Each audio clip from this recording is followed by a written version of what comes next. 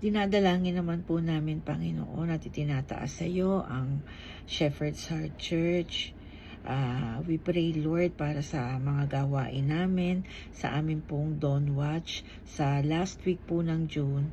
Dalangin po namin na patuloy mo po kaming samahan, Lord, at gabayan sa gawain ito ng Dawn Watch, kung saan kami, Panginoon, ay patuloy na mananalangin sa iyo. Samahan mo din po ako, Panginoon, sa aking pagtayo para po mensahe ang buhay po ni Daniel at ang kanyang buhay panalangin.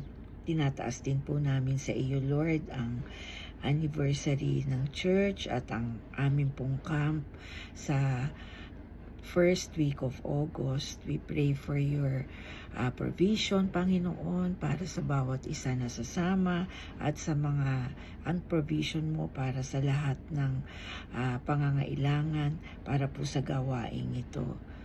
We pray, Lord, na bibigyan mo ng katagumpayan ang gawain namin ito para sa kaluwalhatian mo, Panginoon. Ngayon din po, Lord, dinadalangin namin ang bawat worship service namin, Lord. Dalangin po namin na patuloy mo po kaming sasamahan, gagabayan, Lord, ng iyong banal na Espiritu sa amin pong sama-samang pagpupuri at pagsamba sa iyo. Tuloy mo po kaming bigyan lagi ng kasiglahan, ng kagalakan sa lahat ng ginagawa namin para sa iyo. Dalangin namin, Panginoon, na lagi ka namin mabigyan ng kaluguran sa lahat ng ginagawa namin at kaluwalhatian para sa iyo. Tinataas din po namin sa iyo ang aming pong pastor, ang aming pong mga elders, deacon, at mga workers. Dalangin po namin na patuloy mo po silang pagpalain. Pagpalain mo po ang buhay nila, lalo-lalo na po ang buhay paglilingkod nila sa iyo. Tulungan mo po sila, Lord, na ang kanilang mga puso ay patuloy na magkaroon ng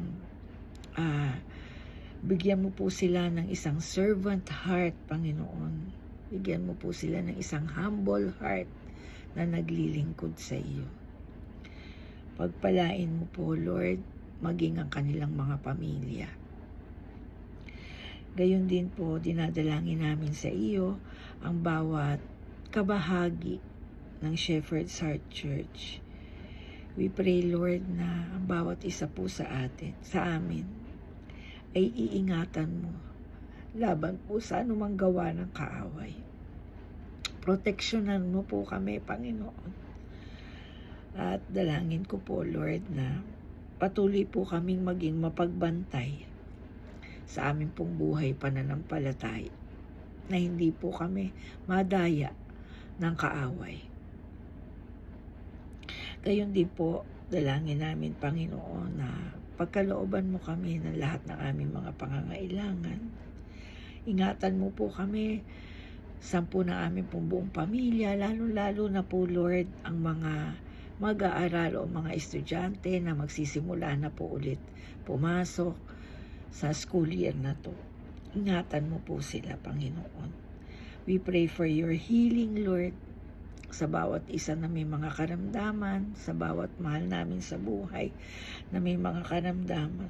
Hipuin mo po, Panginoon, ang bawat isa na may karamdaman, bigyan sila ng ganap na kagalingan. Dalangin din po namin, Panginoon, ang patuloy na kalakasan at maayos na kalusugan, lalo-lalo na po ng mga seniors at ng mga bata sa church. Ngayon po na pabago-bago na po ang panahon sapagkat tag-ulan na. Dalangin ko po na iingatan mo po kami laban sa anumang pong mga sakit at karamdaman. Dalangin ko din po na lagi mo po kaming gagabayan at patuloy na bibigyan ng wisdom at patuloy na bigyan ng kagalakan sa iyo. Tinataas ko din po sa iyo ang aming bansa. Pagpalain mo po ang bansa namin at tulungan mo po ang aming mga tagapanguna, ang aming mga leaders. Gabayan mo po sila at bigyan ng karunungan sa kanila pong paglilingkod at pangunguna sa bansang ito. Dinataas din po namin sa iyo, Panginoon, ang bansang Israel. Patuloy mo po itong ingatan, proteksyonan, laban sa anumang pong mga nangyayari. Doon po, laban po doon sa mga hindi magandang nangyayari doon po sa kanilang bansa. Pagpalain mo po ang bansang ito sapagkat sinabi mo na ang sino mang magpapala sa bansang ito, ipagpapalain mo rin. Panginoon, maraming salamat po sa hapong ito. At dalangin po namin na ang lahat ng aming idinulog sa iyo ay bibigyan mo ng katugunan ayon po sa iyong dakilang kalooban. Sapagkat Lord, kami po'y nananampalataya, nagtitiwala na ikaw ay Diyos na tumutugon sa panalangin ng iyong mga anak. Salamat po, Panginoon. Purihin ka, luwalhatiin ka sa makapangyarihang pangalan ng aming Panginoong Hesus. Ito po ang aming nagkakaisang panalangin. Kalakip, Lord, ang taos puso naming pananampalataya, pagtitiwala at lubos-lubos na pasasalamat. Amen and amen.